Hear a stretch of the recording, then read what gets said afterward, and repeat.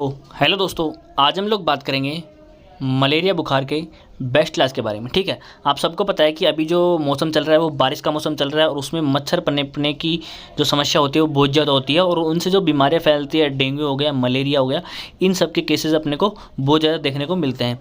तो आज अपन उसी की बात करेंगे कि अगर मलेरिया अगर किसी को हो जाए तो उसको कैसे ट्रीटमेंट करना है। ठीक है, कौन से मलेरिया के लिए क्या ट्रीटमेंट देना है। ठीक है, उन सब की आज अपन यहाँ पे बात करने वाले हैं। तो सबसे पहले जब मलेरिया की अगर किसी भी डिजीज़ की बात होती है तो सबसे पहले अपन बात करते हैं उसके लक्षण की।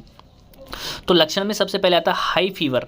मलेरिया के केस में जो फीवर होता है वो पेशेंट को हाई फीवर होता है और वो साइकिल्स में आता है, मतलब रेगुलर उसको फीवर नहीं रहता, वो साइकिल्स में आता है। जैसे उसको आज आ गया, ठीक है, आज उसको बुखार है तो फिर उसको कल नहीं आएगा, ठीक है, कल नहीं आकर के फिर उसको परसों आ जाएगा।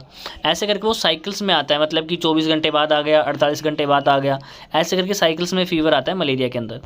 और उसी के साथ में उसको चिल्स, मतलब कि कंपकंपी वगैरह लगती है, स्वेट, पसीना वगैरह आता है, ये सारी प्रॉब्लम्स होती हैं। मसल एंड जॉइंट पेन, ठीक है, उसको जो बॉडी होती है उसमें पूरे में दर्द करने लगता है, हर जोड़ों पे, हर जगह, हाथ पैरों में उनको पूरी बॉडी में पेन रहता है, दर्द रहता है। नोजिया एंड वोमिटिंग, जो बेचैनी से रहती है, कभी कभी वोमिटिंग की प्रॉब्लम भी देखने को मिलती है। साथ में फटीगनेस, ठीक है, जो पेशेंट को क्या है वो पूरी बॉडी कमज़ोर कमज़ोर सी फील होती है, पूरी बॉडी में पेन रहता है तो ऑब्वियसली उसको कमज़ोरी फील होती है, पेशेंट बिल्कुल कमज़ोर हो जाता है। तो ये सारे जो सिम्टम्स जो होते हैं वो मलेरिया फीवर में अपने को किसी भी पेशेंट में देखने को मिलते हैं। तो अब अपन बात करते हैं इसके कारणों के बारे में कि आखिर मलेरिया के मुख्य कारण क्या है। ठीक है, तो जो इसके पीछे मेन कारण है वो है प्लाज्मोडियम पैरासाइट। जो प्लाज्मोडियम बैक्टीरिया होता है उसके कुछ सिर्फ जो पैरासाइट्स होते हैं उसके प्रकार होते हैं जिनकी वजह से ये फैलता है। जिसमें पहला आता है Plasmodium falciparum, the most severe and common. ये जो अपनी इंडिया का जो रीजन है उसमें ये बहुत ज़्यादा देखने को मिलता है और ये काफ़ी सीवियर इन्फेक्शन होता है। उसके बाद में प्लाज्मोडियम वाइवेक्स, इससे भी इन्फेक्शन हो सकता है और इंडिया में अपने को ज़्यादातर ये दो ही, प्लाज्मोडियम वाइवेक्स और फैल्सीपेरम, ये दो इन्फेक्शन देखने को मिलते हैं। उसके साथ में जो इन्फेक्शन होता है प्लाज्मोडियम ओवेल की वजह से भी हो सकता है, प्लाज्मोडियम मलेरिया की वजह से भी हो सकता है और प्लाज्मोडियम नोलेसी की वजह से भी हो सकता है। नोलेसी एक बहुत ही लेस कॉमन है, मतलब कि लगभग ना के बराबर पेशेंट्स में देखा जाता है, लेकिन ये बहुत ज़्यादा सीवियर इन्फेक्शन होता है। लेकिन हमारी जो इंडिया का जो रीजन है उसमें प्लाज्मोडियम फैल्सीपेरम और वाइवेक्स, इन दोनों का ही इन्फेक्शन देखने को मिलता है।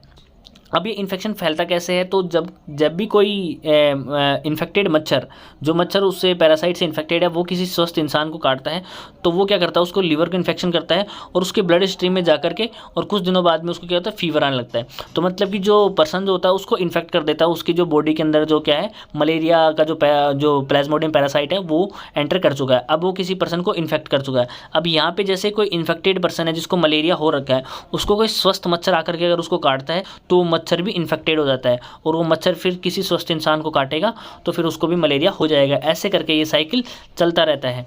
और ये मलेरिया जो मादा एनाफ्लीज जो मॉस्किटो होता है वो इसका जो कैरियर होता है, वेक्टर होता है, कि जो ये मादा एनाफ्लीज मच्छर है उसकी वजह से ये मलेरिया बुखार फैलता है। उसी के अंदर जो प्लाज्मोडियम जो पैरासाइट्स होते हैं वो इन्फेक्टेड रहते हैं और वो एक संक्रमित व्यक्ति से और स्वस्थ व्यक्ति के अंदर चले जाते हैं। इसी वजह से मच्छरों की वजह से ये बीमारी बहुत ज़्यादा फैलती हुई देखने को मिलती है। अब बात करते हैं कि इसके ट्रीटमेंट के लिए तो अपन इसको टेस्ट करवाना पड़ता है कि मलेरिया पैरासाइट के कौन से पैरासाइट का इन्फेक्शन है, मलेरिया का इन्फेक्शन है भी या नहीं है। तो उसके लिए अपन को ब्लड टेस्ट करवाना पड़ता है, मलेरिया रैपिड डायग्नोस्टिक टेस्ट उससे किया जा सकता है, जिससे अपने को पता लग सकता है कि जिसके अंदर वाइवेक्स का इन्फेक्शन है या फिर जो प्लाज्मोडियम फैल्सीपेरम का इन्फेक्शन है। तो दोनों के लिए अलग अलग ट्रीटमेंट भी दिया जाता है। तो अब यहाँ पर अपन बात करने वाले हैं कि क्या ट्रीटमेंट पेशेंट को देना है किस इन्फेक्शन में। अगर मान लेते पेशेंट को प्लाज्मोडियम वाइवेक्स का इन्फेक्शन हो गया तो उसके लिए क्या ट्रीटमेंट दिया जाता है।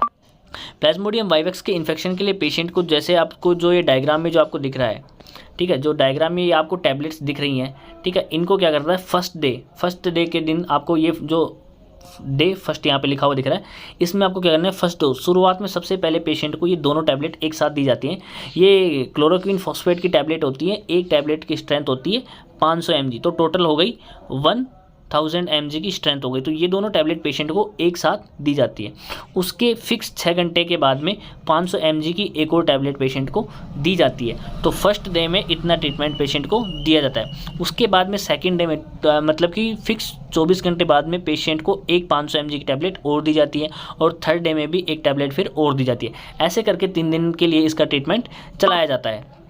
तो ये जो अगर किसी को वाइवेक्स की वजह से अगर प्रॉब्लम हुई है तो उसके लिए क्या है, ये टैबलेट जो लेरिया को होती है वो टैबलेट दी जाती है। उसके बाद में जो है उसके अंदर टैबलेट प्राइमाक्विन, जो प्राइमाक्विन फॉस्फेट की जो टैबलेट है वो 15 mg की 15 mg की टैबलेट पेशेंट को दी जाती है, इसी के साथ में कंटिन्यूसली 3 दिन के लिए फॉर द 3 डेज़ के लिए रोज़ाना की एक टैबलेट दूध के साथ दी जाती है पेशेंट को।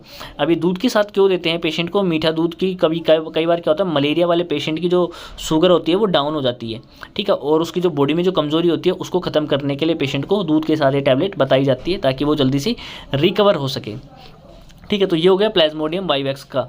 अगर किसी को प्लाज्मोडियम वाइवेक्स की वजह से अगर मलेरिया हुआ है तो उसके लिए ट्रीटमेंट। अब बात आती है प्लाज्मोडियम जो फैल्सीपैरम होता है उसके लिए।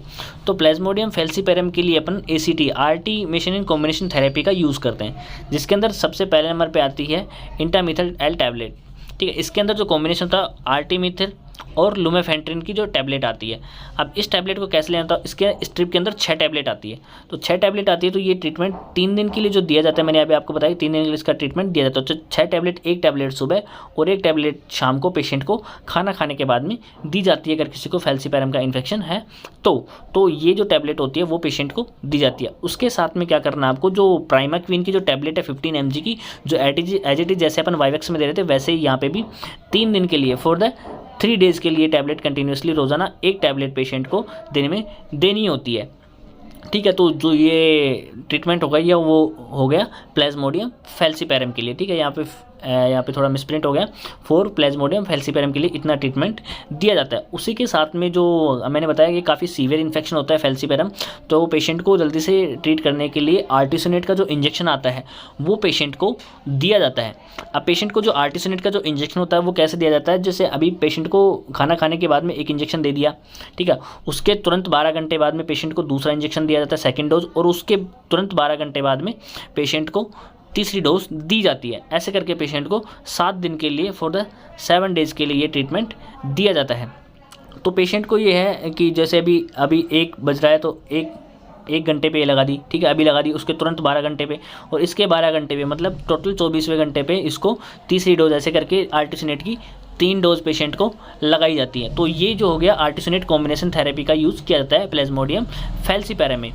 अब बात आती है कि जो प्लाज्मोडियम फैल्सीपैरम और प्लाज्मोडियम वाइवेक्स अगर दोनों का मिक्स्ड इन्फेक्शन अगर किसी पेशेंट को है, दोनों अगर हो रखे हैं, तब अपने को कौन सा ट्रीटमेंट देना है, तब अपने को प्लाज्मोडियम फैल्सीपैरम का ट्रीटमेंट देना होता है, क्योंकि इसी से प्लाज्मोडियम वाइवेक्स का जो ट्रीटमेंट होता है वो भी हो जाता है, मतलब प्लाज्मोडियम वाइवेक्स से इन्फेक्टेड पर्सन भी ठीक हो जाता है। तो अगर दोनों का इन्फेक्शन है तो प्लाज्मोडियम फैल्सीपैरम वाला ट्रीटमेंट चलाया जाता है। और कई बार अगर प्लाज्मोडियम वाइवेक्स का इन्फेक्शन है, फैल्सीपैरम का नहीं है और पेशेंट ठीक नहीं हो रहा है वाइवेक्स के वाले ट्रीटमेंट से, तो फिर जो आर्टिमिसिनिन कॉम्बिनेशन थेरेपी है, मतलब फैल्सीपैरम वाला ट्रीटमेंट है, उस पर मतलब कि पेशेंट को मतलब कि वो ट्रीटमेंट दिया जाता है ताकि पेशेंट जल्दी से रिकवर हो जाए।